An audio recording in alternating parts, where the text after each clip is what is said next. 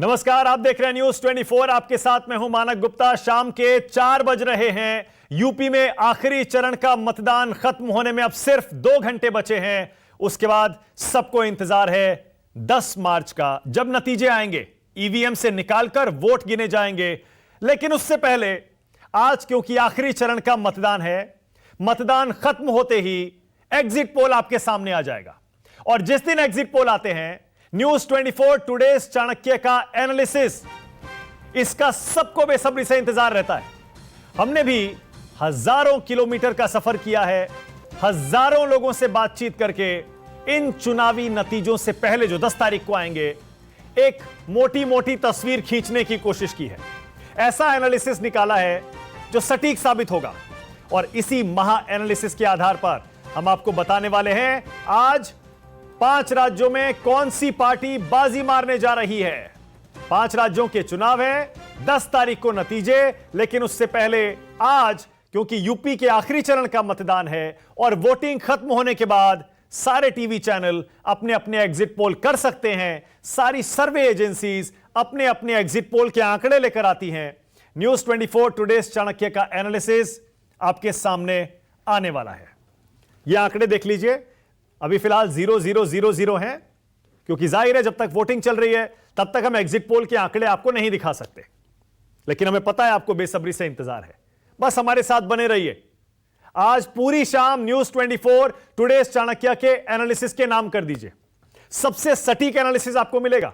10 तारीख से पहले यहां पता चलेगा 5 राज्यों में किसकी सरकार आने वाली है। क्या यूपी में अखिलेश यादव का दाव चला या सीएम योगी वापस आ रहे हैं, थोड़ी देर में पता चलेगा। पंजाब में क्या चरणजीत सिंह चन्नी फिर से मुख्यमंत्री बनने जा रहे हैं, या फिर आम आदमी पार्टी, या फिर अकाली दल ने खेल कर दिया है, थोड़ी देर में पता चलेगा।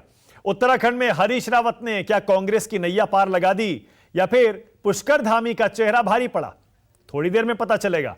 हमारे साथ तीनों राज्यों से मेरे संवाददाता भी मौजूद हैं, जो हमारे आकलन पर सीधे जनता से भी बात करेंगे। आपको यूपी और उत्तराखंड के नेताओं के जीत के दावे भी सुनवाएंगे। लेकिन इस एनालिसिस से पहले, जल्दी से आपको पहले यूपी में 7वें चरण की वोटिंग के कुछ आंकड़े दिखा देते हैं। दोपहर 3 बजे तक यूपी के 9 जिलों की 54 सीटों पर 47% मतदान हुआ है, 47%। आखिरी चरण है, आप जानते हैं, 3 बजे तक। सोनभद्र आपके टीवी स्क्रीन पर जैसे दिख रहा है 50% है, भदोही और जौनपुर मऊ 47% है, वाराणसी में 44, गाजीपुर में 46% वोटिंग है। ज्यादातर जगहों पर आंकड़ा 50 के नीचे है और एवरेज आपके सामने है। चंदौली में सबसे ज्यादा वोटिंग हुई है 3 बजे तक, 51% की। और फिर सोनभद्र का नंबर आता है 50%। बाकी सारे जिले 50% के नीचे। यानी ऐसा लगता है पिछली बार यूपी में जो वोटिंग हुई थी, इस बार के चुनाव में वो आंकड़ा पार नहीं हो पाएगा। फिलहाल ऐसा ही लग रहा है। खैर, आप बने रहिए हमारे साथ, क्योंकि आज न्यूज 24 टुडेज चाणक्य का एनालिसिस आपको बताएगा ऊपर यूपी में किसकी सरकार आने वाली है 10 तारीख को। यहां अपनी स्क्रीन पर पंजाब, 10 तारीख को पता चलेगा किसकी सरकार आएगी, लेकिन आज झलक दिखाई देगी। उत्तराखंड, बस थोड़ी देर में ये सारे आंकड़े आपकी टीवी स्क्रीन पर आएंगे न्यूज 24 टुडेज चाणक्य के एनालिसिस के। और साथ ही बाकी टीवी चैनल, बाकी सर्वे एजेंसीज जो एग्जिट पोल करेंगी, उनके जो आंकड़े आएंगे, उन एग्जिट पोल्स का महापोल भी हम आपको दिखाएंगे, ताकि आपको अंदाजा हो जाए सारे एग्जिट पोल किस ओर इशारा कर रहे हैं। ओपिनियन पोल्स के दावों पर अक्सर सवाल उठते रहे हैं, लेकिन एग्जिट पोल काफी हद तक सही साबित होते हैं। इसीलिए आज एग्जिट पोल का महापोल भी न्यूज 24 पर, और न्यूज 24 टुडेज चाणक्य का एनालिसिस भी। आंकड़ों के लिए थोड़ा सा आपको इंतजार करना पड़ेगा, क्योंकि अभी वोटिंग यूपी के 7वें चरण में चल रही है। मेरे 3 सहयोगी फिलहाल मेरे साथ जुड़ गए हैं। लाइए सबको टीवी स्क्रीन पर। मेरे साथ संजीव त्रिवेदी को आप देख पाएंगे। संजीव लाइव जुड़े हैं मेरे साथ, और संजीव के अलावा मेरे सहयोगी अशोक तिवारी भी आपको दिखाई दे रहे हैं, वो भी लाइव हैं ग्राउंड जीरो से, और विशाल भी हैं, क्योंकि आज पंजाब पर भी सबकी नजर है। सबसे पहले संजीव आपके पास आ रहा हूं। संजीव, जरा अपना लोकेशन बताइए और लोगों से पूछिए जरा, क्या न्यूज 24 टुडेज चाणक्य के एनालिसिस का और बाकी एग्जिट पोल्स का बेसब्री से इंतजार हो रहा है क्या? संजीव।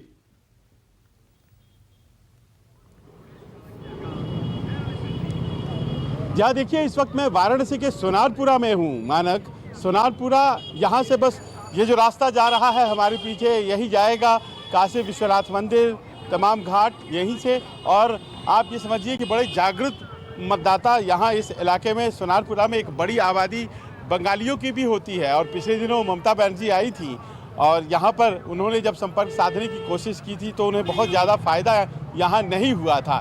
भारतीय जनता पार्टी और समाजवादी पार्टी, ये दो प्रबल दावेदार, लेकिन कांग्रेस भी कई जगहों पर अपनी उपस्थिति दर्ज कराती हुई इस पूरे इलाके में 8 की 8 सीटें वाराणसी में पिछली दफ़ा भारतीय जनता पार्टी और उसके सहयोगी दलों को मिली थी। और इस बार क्या होता है, दिन भर हम ये टटोलने की कोशिश करते रहे। तमाम ऐसी जगहों पर हम गए, हमारे साथ बहुत से लोग हैं। जरा एक बार अपने कैमरामैन साथी कालीकांत झा से कहूँगा, सबों को दिखाएं और दूर तक दिखाएं और ये दिखाएं कि कितने लोग यहाँ पर मौजूद हैं।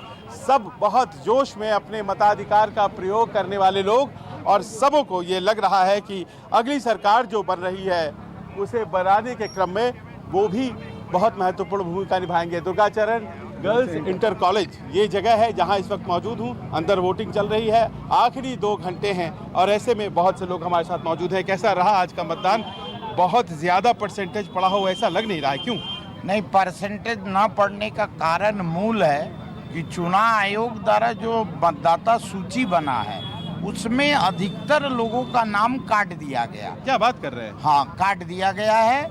और जिसके पास आई कार्ड है, मतदाता परिचय पत्र, उनके मन में है कि मेरा नाम तो होगा ही। और जब वो मतदाता परिचय पत्र लेके मतदान केंद्र पहुंचते हैं तो देखते हैं कि नाम नहीं। ऐसा है क्या? हाँ, एकदम ऐसा है। मैं सुबह से कई बूथों पे घुमा हूँ और लोगों के पास आई कार्ड है। 2019 लोकसभा चुनाव में वो पर्ची जो डाला था वोट, वो पर्ची लेके खड़े हैं, लेकिन वोट उनका लिस्ट में से नाम कट गया है। ऐसे 30 से 40% हर बूथ पे वोटरों का नाम कट गया है। 40% तो थोड़ा ज़्यादा लग रहा है, लेकिन नहीं आप इधर आइए। आपको भी ये सुनने में आया है क्या कि ऐसा हुआ है? हाँ सर, हम अभी बगल में गया ना, पांडे आपका भेलूपुरा एरिया में। हाँ। हमारे बच्चे जो बोर्ड पे काम कर रहे हैं वो अपना वोट डालने में गए। संजीव, वो कह रहे कि संजीव आज आखिरी चरण का मतदान है, आप एग्जिट पोल का समय है, जरा इनसे संजीव पूछिए सरकार किसकी बन रही है, इनसे ये पूछिए। अब जी हो गया, अब तो मतदान, अब तो एग्जिट पोल का टाइम आ गया है। बिल्कुल। अब देखिए मुद्दे पर, अब मुद्दे पर आते हैं, क्योंकि हाँ, इनका तो अब देखिए ये दर्द था और ये दर्द हम लोगों ने, संभव है चुनाव आयोग ने सुन लिया हो और वो कुछ करेक्टिव एक्शन ले। लेकिन अब बात आती है कि आखिरी चरण का मतदान, आखिरी चरण का मतदान में आखिरी घंटों में अब हम घुस चुके हैं और अब यहाँ से समय शुरू होता है एग्जिट पोल का। काउंटिंग में तो अभी भी 2 दिन का वक्त बचा हुआ है और आप जानते हैं न्यूज़ 24 और टुडेज चाणक्य मिलकर के एग्जिट पोल करते हैं और बड़ा सटीक आकलन उनका रहता है, ये भी देखा गया है। आपको लगता है इस बार जब एग्जिट पोल के नतीजे आएंगे तो क्या रहने वाला है, क्या लगता है आपको? नहीं, वाराणसी के 8 के 8 सीट हम लोग जीत रहे हैं। भारतीय जनता पार्टी के पक्ष में जा रही है, लेकिन लड़ाई कांटे की है। उसके पीछे कारण वही बता दिया गया। आपको साफ बताएं, पिछले कई सालों से यहाँ जो बीएलओ हैं वो प्रॉपर वर्क नहीं किए हैं, जिस कारण से वोटर लिस्ट से काफ़ी नाम कट 8 की 8 सीट और उसके बाद ये कह रहे हैं कि लड़ाई कांटे की भी रहने वाली है। तो आप इधर आए, इस तरफ आए, आप आइए। ये लड़ाई कांटे की रहने वाली है कह रहे हैं। लड़ाई कोई विशेष कांटे की नहीं है, नहीं है जहाँ तक मैं समझ रहा हूँ। अच्छा है, और इसमें भारतीय जनता पार्टी जो है, आपको क्या लगता है? भारतीय जनता पार्टी। अब देखिए, आप बोल नहीं पाएंगे ज़्यादा। हाँ है, गुटखा यहाँ बहुत प्रेम से लोग, चाव से लोग खाते। इधर आइए, आप यहाँ आइए। हमारा एग्जिट पोल का नतीजा आने वाला है, हम नतीजे बताएंगे, लेकिन आप क्या बता रहे हैं? भाई, हमारा भारतीय जनता पार्टी जो है हमारा जीत रही है। हाँ। और जीतेगी। और उसकी सबसे बड़ी वजह? सबकी बड़ी वजह हमारे घाट किनारों का और विकास का हाँ। और हर चीज का बहुत सी वजह है। सबसे बड़ी वजह सुरक्षा। अब देखिए, हमारा एग्जिट पोल आए उसके पहले हमारी जनता जो है वो अपना एग्जिट पोल सुनाना शुरू कर चुकी है, लेकिन यहाँ तमाम खड़े लोगों को इंतज़ार है कि टुडे चाणक्य न्यूज़ 24 का जो एग्जिट पोल है उसका नतीजा आखिर क्या आता है, क्योंकि उसके बाद एक फिजा बनेगी। लोगों को विश्वास है ये लोग जो बताएंगे तो वो जाहिर है। बिल्कुल सही है, बिल्कुल। संजीव, लौटूंगा आपके पास। मेरे साथ राजीव रंजन भी जुड़ गए हैं और मेरे साथ राहुल प्रकाश भी जुड़ गए हैं। राजीव रंजन क्योंकि पूरे यूपी का चप्पा चप्पा घूम चुके हैं, हर गांव शहर गली की खाक छान चुके हैं। आज ऐसा लग रहा है बड़े इत्मीनान से बैठे हुए हैं, क्योंकि आज माहौल क्या है बैठ के बताना है। राजीव रंजन, न्यूज़ 24 टुडे चाणक्य के एनालिसिस से पहले एक एग्जिट पोल आपने खुद भी किया होगा, अपना घूम घूम के आपने 7 चरण कवर किए हैं। राजीव रंजन का एग्जिट पोल क्या कहता है ये 6 बजे के बाद आप और ज्यादा विस्तार से बताएंगे, लेकिन मुझे लगता है राजीव अब टाइम आ गया है, अब थोड़ा थोड़ा तस्वीर साफ होती आपको बता देनी चाहिए। राजीव।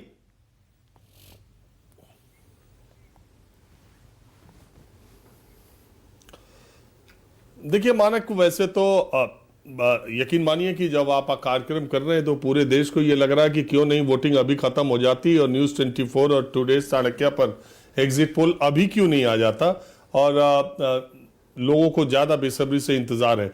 निश्चित तौर पर उत्तर प्रदेश का चुनाव 6 महीना पहले जहां पर था, 3 महीना पहले जहां पर था, और आज जब हम लोग बात कर रहे हैं आज जहां पर है, अगर जमीन की सच्चाई के हिसाब से आप देखें तो बहुत तेजी से उत्तर प्रदेश का चुनाव पलटा है और बदला है। बहुत तेजी से लड़ाई बदली है। एक समय में ऐसा लग रहा था कि भारतीय जनता पार्टी के सामने 325 सीटें, जब वो कहते थे अब की बार 300 पार, तो कहीं कोई दुविधा जमीन पर भी नहीं लगती थी कि कोई लड़ता हुआ दिखाई नहीं देता था।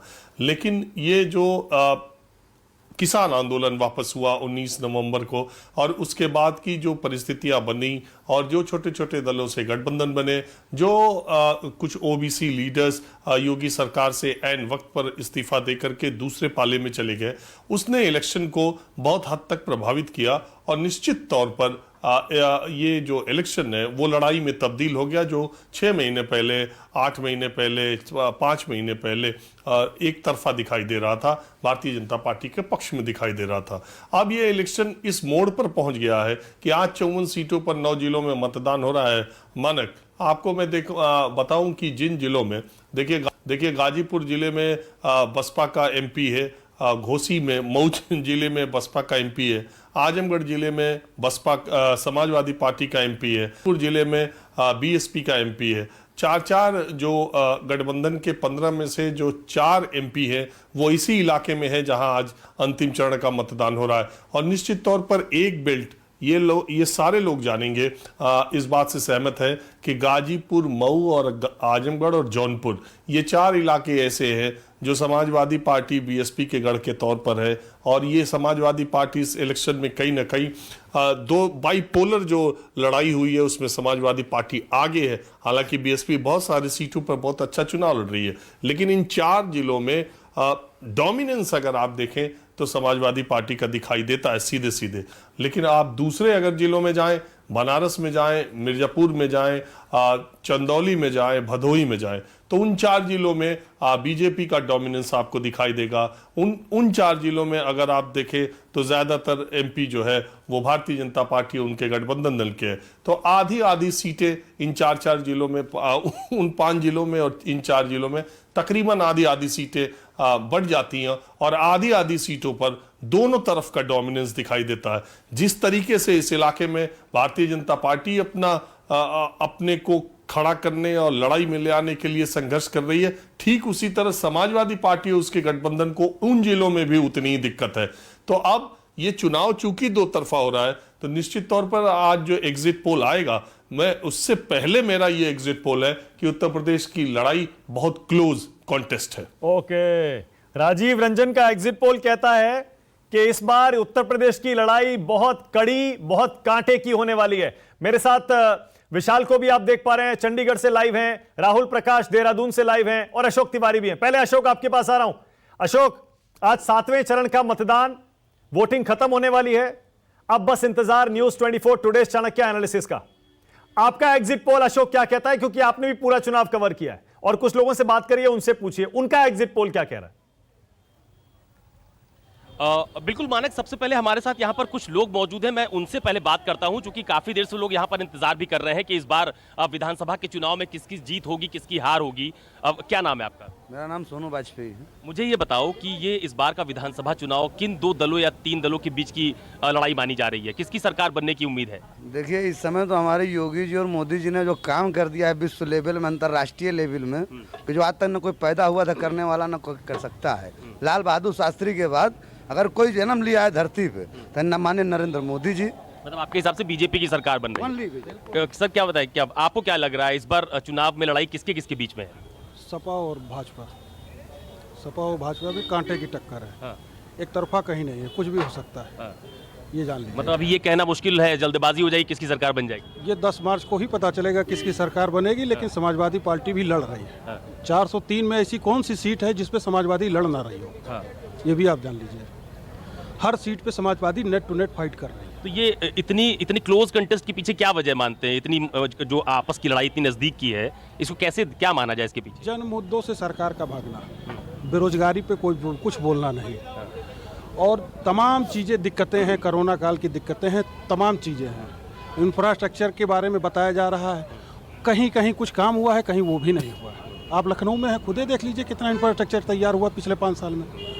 आपको क्या लगता है इस बार विधानसभा चुनाव के नतीजे किसके पक्ष में जाने वाले हैं? अभी तो कुछ कहा नहीं जा सकता, क्योंकि 10 तारीख के बाद ही हम बता सकते हैं, क्योंकि सपा और भाजपा में बहुत जबरदस्त टक्कर चल रही है। और ये बहुजन समाज पार्टी, कांग्रेस, ये सब हवा हो गई है। इन दोनों के आगे हवा हो गई। सिर्फ ज़्यादा से ज़्यादा अगर 10 सीट निकालना बहुजन समाज पार्टी के लिए बहुत, समझ लीजिए, चना चबाना हो गया है इनका। अब कांग्रेस मान लीजिए 4-5 सीट तो निकाल ही लेगी। ऐसा क्या कर दिया ये समाजवादी पार्टी, उनके गठबंधन ने, की बीजेपी से सीधे सीधे लड़ाई हो गई? दरअसल में कुछ तो जो किसान परेशान हो गए, जो गाय और बछवा छोड़ दिए गए, इससे किसान परेशान हो गए हैं। अब कहीं कहीं क्या हुआ कि किसी विधायक की वजह से नुकसान हो गया। विधायक अपना शीशा नहीं उतार रहे हैं, किसी मोहल्ले में जा रहे हैं, किसी मार्केट में जा रहे हैं। भाजपा यहाँ से कहीं कहीं डिफीट खा जा रही है। अगर क्या नाम है आपका? अतुल गुप्ता। तो इस बार विधानसभा चुनाव में कौन जीत रहा है, कौन हार रहा है, किसका लग रहा है आपको? भाजपा की सरकार बन रही है पूर्ण बहुमत की। क्यों? अरे बहुत सारे मुद्दे हैं जो अभी तक किसी ने सही नहीं सॉल्व किया था। हम अयोध्या से हैं, हमारी अयोध्या को भव्य सजा दिया गया है। इतनी गंदगी थी जिसकी जवाब नहीं था। हाँ, रोजगार भाई साहब मिल रहा है, रोजगार है। आदमी काम नहीं करना चाहता है, रोजगार कह रहे हैं, रोजगार चाहिए।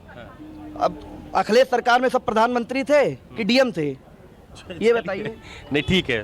तो क्या नाम है भाई साहब का? मेरा नाम आशीष गुप्ता, मैं ग्राम प्रधान चौरी से हूँ। आप प्रधान हैं जी? ये कौन सा जिला पड़ा? बस्ती। तो आप किसी पॉलिटिकल पार्टी में भी होंगे, तो किसकी सरकार बन रही है? अभी कहना बहुत मुश्किल है भाई साहब। आप हैं किस दल में? बता रहा हूँ ना कि अब की किसकी सरकार बन जाए कुछ पता नहीं है, क्योंकि कांटे की टक्कर भाजपा बनाम सपा की है। और बाकी पॉलिटिकल पार्टी और कोई है ही नहीं। अच्छा, इतनी नजदीक लड़ाई के पीछे क्या वजह है? मुद्दे हैं। हाँ, आप तो गांव से बिलोंग करते हो, गांव में क्या मुद्दे रहे आपके यहाँ? हमारे यहाँ तो अच्छी सुविधा थी, कोटेदार भी ठीक थे हमारे यहाँ, और हमारे यहाँ गाय की कोई दिक्कत नहीं हुई, क्योंकि हमारे यहाँ गाय का वो बना हुआ है, गौशाला बना हुआ है, कोई दिक्कत नहीं हुई। लेकिन थोड़े मुद्दे तो हैं ही हैं। सरकार किसकी बनेगी पता नहीं, इसका कोई आइडिया नहीं लग रहा। आइडिया कोई नहीं लग रहा। थोड़ी देर में लग जाएगा। अशोक लोग भी है मानक जी, इनसे कहिएगा अशोक, थोड़ी देर में लग जाएगा। अभी न्यूज़ 24 टुडे चाणक्य का एनालिसिस आने वाला है, और जैसे ही वोटिंग खत्म होगी 6 बजे, उसके बाद सारे एग्जिट पोल्स के आंकड़े आ जाएंगे। विशाल भी मुस्कुरा रहे हैं। विशाल, जल्दी से पंजाब में आपका एग्जिट पोल क्या कह रहा है विशाल? क्योंकि अब वोटिंग खत्म होने के करीब पहुंच रही है। अब मुझे लगता है अपना अपना एग्जिट पोल तो आप दे ही सकते हैं, आपने भी पूरा चुनाव कवर किया है। विशाल।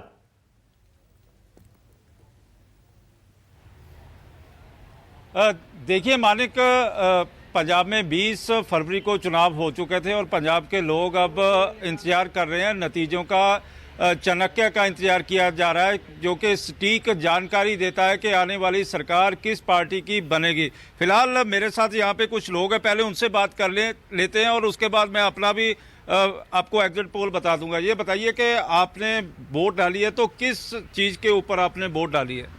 किस चीज़ के ऊपर देखा है तो कांग्रेस में अभी जो लास्ट में इन्होंने किया है चन्नी साहब ने, तो वो काफ़ी अच्छा था। तो हमारी वोट अभी फ़िलहाल उन्हीं को गई है, क्योंकि बाकी तो सब जगह पे आम आदमी पार्टी जो आ रही है उनको पंजाब के बारे में कुछ ज़्यादा खबर नहीं है। बीजेपी में अगर देखा जाए तो सेंटर में होने के बावजूद उन्होंने किसानों के लिए कुछ भी नहीं किया। आप क्या कहेंगे? चाणक्य का आज एग्जिट पोल आ रहा है, तो इंतजार है? बिल्कुल, चाणक्य का बिल्कुल इंतजार हमें है, क्योंकि हर बार जब भी वो एग्जिट पोल देते तो कहीं ना कहीं वो स्टिक रहता है। तो इस बार भी हमें उम्मीद ये है कि जो चाणक्य का एग्जिट पोल आएगा वो कहीं ना कहीं हमें काफ़ी हद तक सही नतीजे बताएगा। ये बताइए कि आप पंजाब से हैं और पंजाब में चुनाव हो गया, तो क्या लग रहा है कि किस चीज़ को लेके आपने वोटिंग की है? मैंने सर वोटिंग किया पंजाब को, जैसे पंजाब पहले था हमारा उस बेस पे की है। जैसे अभी देखा जाए आम आदमी पार्टी का बोल रहे हैं, आम आदमी पार्टी को पंजाब की कोई नॉलेज नहीं है। मैंने वोट किया है कांग्रेस को, क्योंकि चन्नी साहब ने जो 111 दिन का काम करके ही दिखाया है उसके अकॉर्डिंग लगता है कि वो अगर उनको आगे के 5 साल दिए जाएं तो वो अच्छा काम कर सकते हैं। तो आप क्या कहोगे? सर मैं तो आम आदमी को वोट दिया है, और न्यू जनरेशन, न्यू पीपल और न्यू सरकार। ठीक है, तो आप क्या मानते हैं कि पंजाब में 20 फरवरी को वोटिंग होगी, और किसको लेके आपने वोटिंग किया? सर आम जनता पार्टी को लेके किया है मैंने वोट, क्योंकि हम भी यही चाहते हैं कि कोई नई सरकार आए और अच्छा करके दिखाए कुछ। तो बीजेपी को वोट कर दिया? नहीं, आम जनता पार्टी सर। आम जनता पार्टी कौन सी? सर ये अपना केजरीवाल। अच्छा, केजरीवाल। हाँ, आम आदमी पार्टी। हाँ जी। बिल्कुल, जिस तरह से आप क्या कहेंगी? मैं भी आम जनता पार्टी की तरफ से। ठीक है, आप क्या कहोगे? हम तो आज के शाम 7 बजे का इंतजार कर रहे हैं, और हमें उम्मीद है कि इस बार जो है सरकार जो है साझी सरकार, मिली जुली सरकार बनने के चांस लग रहे हैं पंजाब में, क्योंकि मोदी जी यहाँ आए थे तो पंजाब में उसकी वजह से काफ़ी मतलब चेंजेस नज़र आ रही है। बिल्कुल ही जिस तरह से लोग कह रहे हैं कि चेंजेस लग रही हैं, कि चेंजेस आएंगी पंजाब में। बिल्कुल, कहीं ना कहीं इस बार लोग ये चाह रहे हैं कि किसी न्यू सरकार को मौका दिया जाए, क्योंकि हर बार पंजाब ये चाहता है कि कांग्रेस को मौका दे दे या बीजेपी को भी मौका दे दे। तो कहीं ना कहीं इस बार आम आदमी पार्टी का कहीं ना कहीं लग रहा है कि वो उसको शायद लोग चाह रहे हैं। बिल्कुल ही, हमने यहाँ पे मानक मिली जुली प्रतिक्रियाएं सुनी लोगों की कि कौन से वो मुद्दे थे और किस पार्टी को उन्होंने वोट दिया। लेकिन वहीं पर मैं जगह जगह गया और देखा भी कि पंजाब के 3 रीजन है, 117 सीटों के ऊपर बहुत ही कांटे की टक्कर।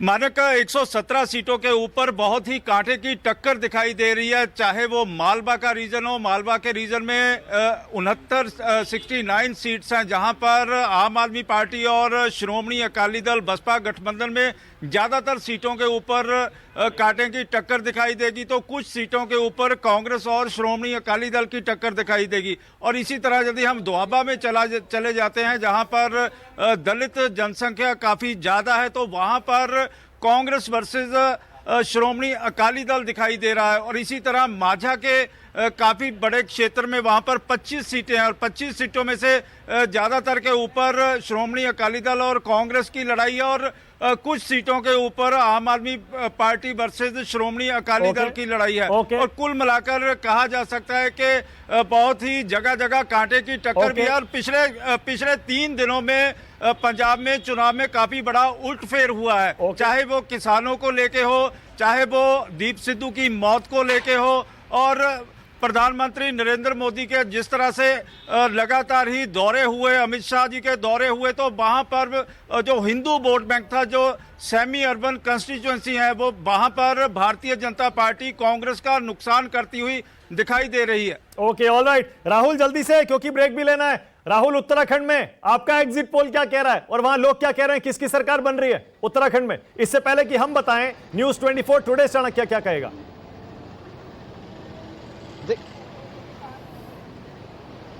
देखिए, इंतजार इधर भी हो रहा है टुडे चाणक्य का, और जिस तरीके की तस्वीर है, क्योंकि एक कहा जाता है कि कांग्रेस और बीजेपी 5 साल बीजेपी 5 साल कांग्रेस, ये उत्तराखंड का रहा है। लेकिन इस बार इतिहास दोहराएगा या वापस कांग्रेस वापसी करेगी, इसका एक कहा जा सकता है कि समीकरण बैठाने की बात हो रही है, क्योंकि 2/3 की बात बीजेपी कर रही है, कांग्रेस भी यही बात कर रही है। लेकिन मेरा जो आकलन है वो कांटे की टक्कर जरूर है, लेकिन कांग्रेस एज में है, क्योंकि जितनी विधानसभाएं हमने कवर की हैं उसमें कहीं ना कहीं वो बुनियादी मुद्दे थे, क्योंकि पहाड़ी क्षेत्रों की अगर बात करें, बुनियादी जो मुद्दे थे वो पूरे नहीं हुए थे, तो कहीं ना कहीं वो मुद्दों को लेकर लोगों ने वोट दिया था। हालांकि तस्वीर क्या रहने वाली है, यहाँ के कुछ लोग हैं, मैं उनसे बात करता हूँ। आज एग्जिट पोल आने वाला है, उससे पहले की तस्वीर आपको क्या लगता है और कितना भरोसा है, कितना बदलाव है? नहीं, देखिए उत्तराखंड में 2001 की पहली अंतरिम सरकार से लेकर और वर्तमान में 2017 तक एक बार भाजपा रहती है, एक बार कांग्रेस रहती है। वो निश्चित तौर पर इस बार भी पैटर्न दोहराने जा रहा है।